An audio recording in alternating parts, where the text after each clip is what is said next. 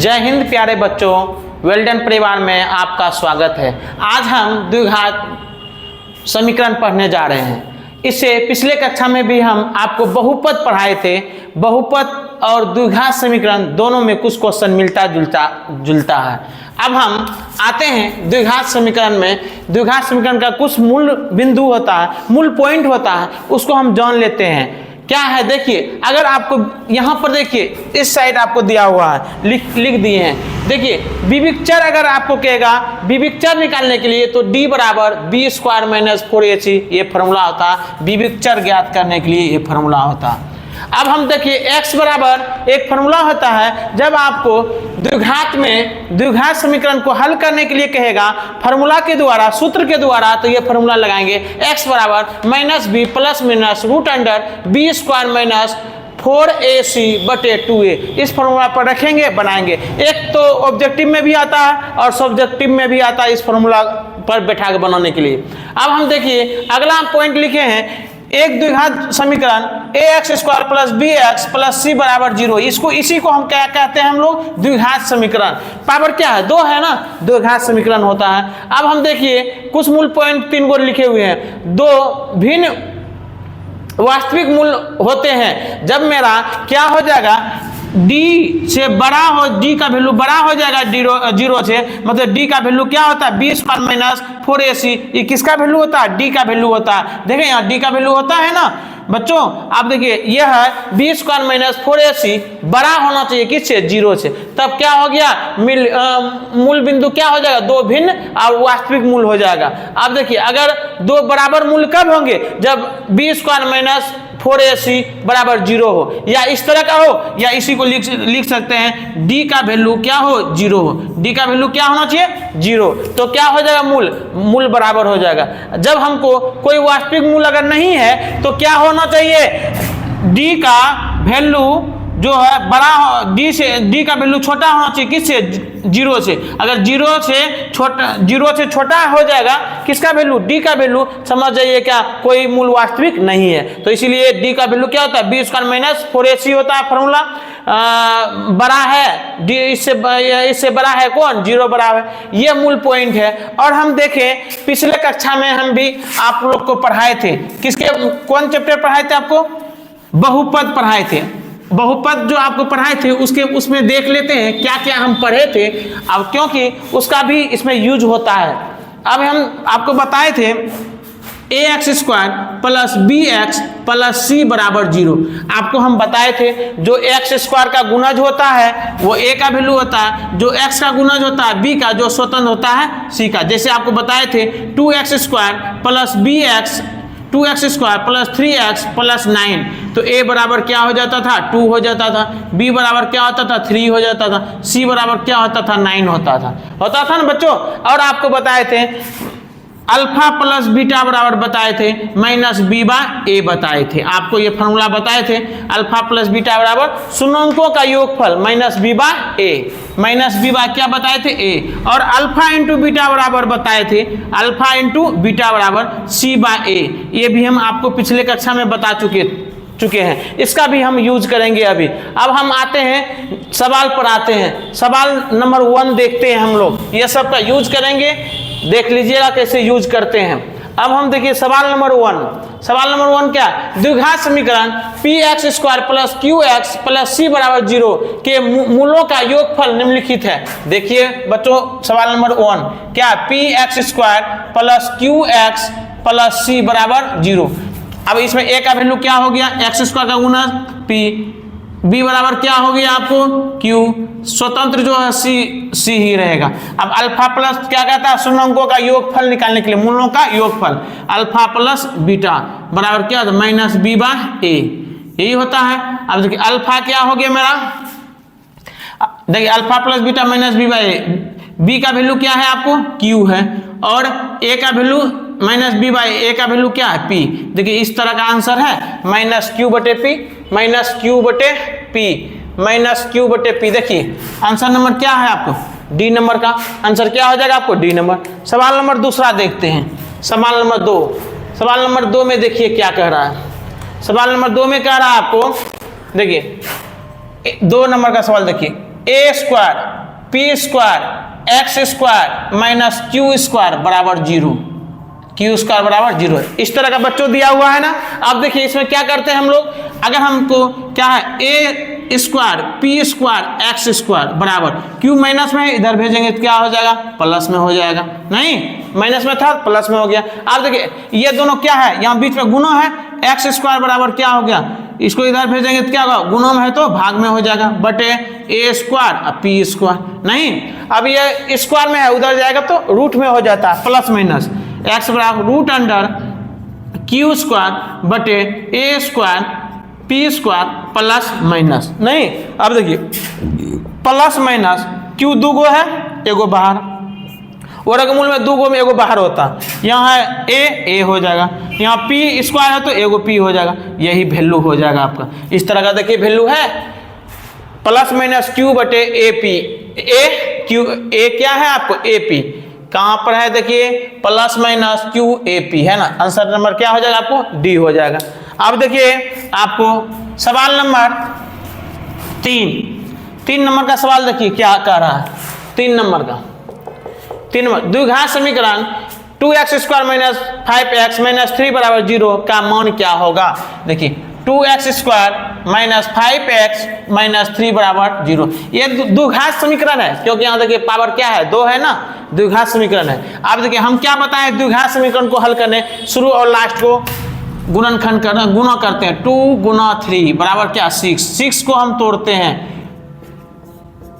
क्या हमको पूछ गया, देखिए तो 6 को तोड़ दिए, हमको 5 लाना है, 5 कैसे लाएंगे, इसी से गुणा करके जोड़ेंगे या घटाएंगे, 3 दूना 6 में क्या किए माइनस 6x में क्या किए हम क्या किए माइनस क्या है -1 तो 7 हो जाता, मगर हमको 5 पुराना तो इसको प्लस में लेना है और दोनों में x ले ली, -3 बराबर 0।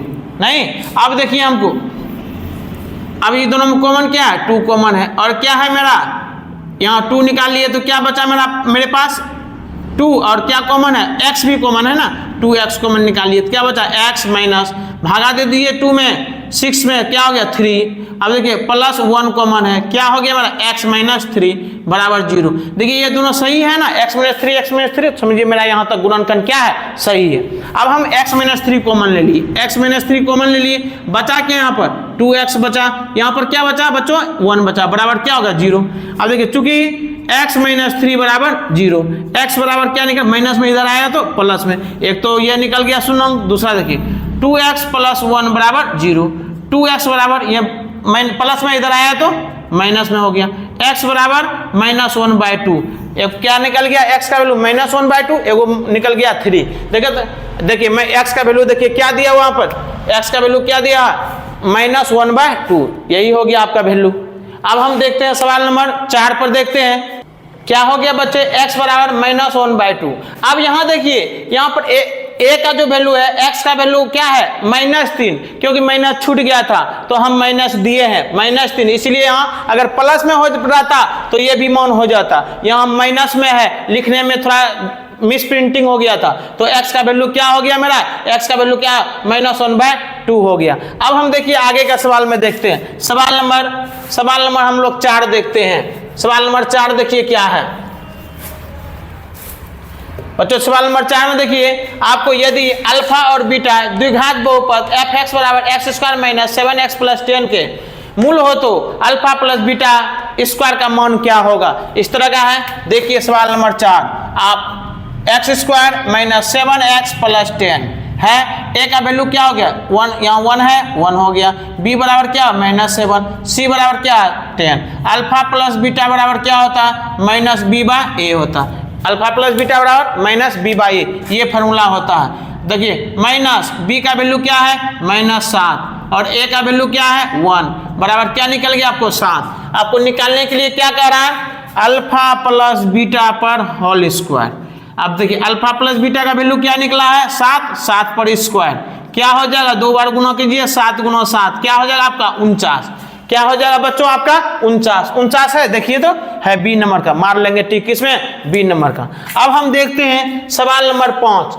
सवाल नंबर 5 में देखिए, सवाल नंबर 5 नंबर में देखिए क्या कह रहा है। 5 नंबर रूट है, पहले क्वेश्चन लिख लेते हैं। रूट क्या है 6 प्लस रूट अंडर 6 प्लस इसके अंदर 6 प्लस इस तरह जा रहा है और जाते रहेगा।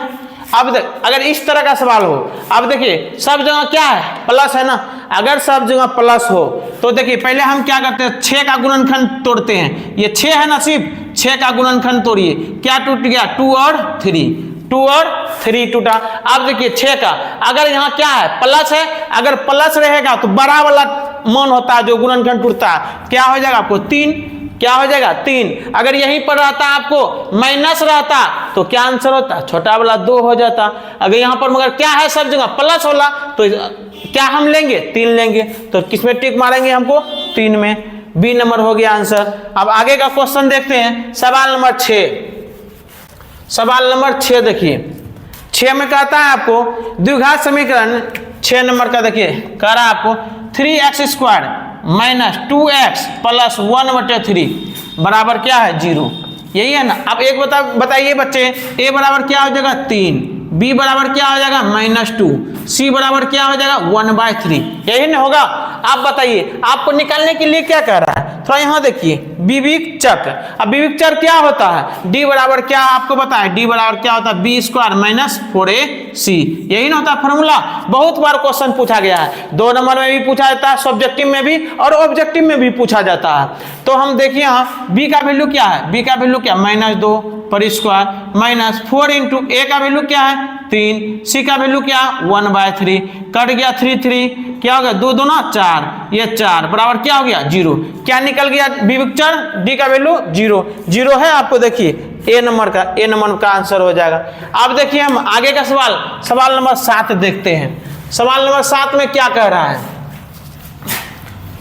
बच्चों, सवाल नंबर 7 हम लोग देखते हैं। 7 में क्या कह रहा है, 7 में देखिए बहुपद 4x² - 4x + 1 के मूलों का गुणनफल क्या होगा। सवाल नंबर 7 देखिए, सवाल नंबर 7 4x² - 4x + 1, a बराबर क्या हो गया आपको 4, b बराबर क्या हो गया -4, c बराबर क्या हो गया 1। अब गुणनफल कर रहा है अल्फा इंटू बीटा बराबर क्या c/a, क्या होता है c/a। c का वैल्यू देखिए क्या है 1, a का वैल्यू क्या है 4, 1/4। आंसर नंबर क्या मार लेंगे हम लोग, c में मार लेंगे नहीं। देखिए प्यारे बच्चों 8 नंबर का क्वेश्चन में क्या कर रहा है, किसी द्विघात समीकरण के विवेचक का मान 0 से बड़ा होने पर दोनों का मूल होगा। देखिए क्या होता है सवाल नंबर 8 में, देखिए क्या होता है, कहता है क्या 0 से क्या होना चाहिए बड़ा, मतलब d होता है, यही होता है विवेचक, d का वैल्यू होना चाहिए 0 से बड़ा। इसका मतलब क्या होना चाहिए 0 से बड़ा, 0 से बड़ा हो गया ये। अब इसका वैल्यू देखिए क्या होता है, इसका d का वैल्यू होता है b² - 4ac से बड़ा हो गया 0। जब आपको क्या बोले, जब d का वैल्यू क्या होगा 0 से बड़ा हो जाएगा d का वैल्यू, तो वास्तविक होता है और भिन्न भिन्न आंसर निकल सकता है, वास्तविक और भिन्न भिन्न आंसर क्या मान लेंगे ए नंबर में, किसमें ए नंबर में। अब देखिए आगे का देखिए सवाल नंबर देखिए 9 नंबर का।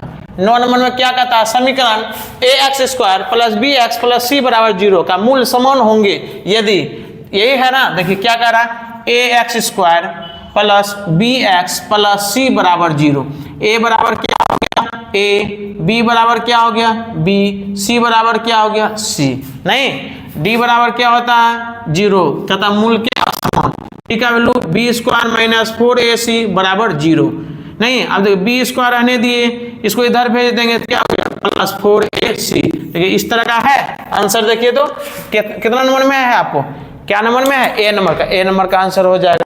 अब देखिए आगे का देखिए सवाल नंबर 10। सवाल नंबर 10 में क्या देख रहे हैं हम लोग, सवाल नंबर 10 देखिए बच्चों, 10 में क्या कर रहा है, द्विघात समीकरण के विवेचक 0 के बराबर हो तो दोनों का मूल होंगे, दोनों का मूल क्या होगा बराबर, इसका मतलब d बराबर क्या हो जाएगा 0, ये कह रहा है 10 में d बराबर क्या हो गया 0। जब d बराबर 0 हो जाएगा तो क्या होता है d का वैल्यू b² - 4ac बराबर क्या हो 0। ये बराबर कब होता है, जब मूल वास्तविक होता है और समान होता है, तो d बराबर क्या होता है 0। वास्तविक और समान देखिए है कहीं, वास्तविक और भिन्न भिन्न हो गया, वास्तविक और समान कितने नंबर में है बी नंबर में। कितने नंबर में है बच्चों बी नंबर में। अगर बच्चों आप लोगों को यह मेरा पढ़ाने का आइडिया अच्छा लग रहा है तो चैनल को सब्सक्राइब कर दीजिए। इसके लिए धन्यवाद।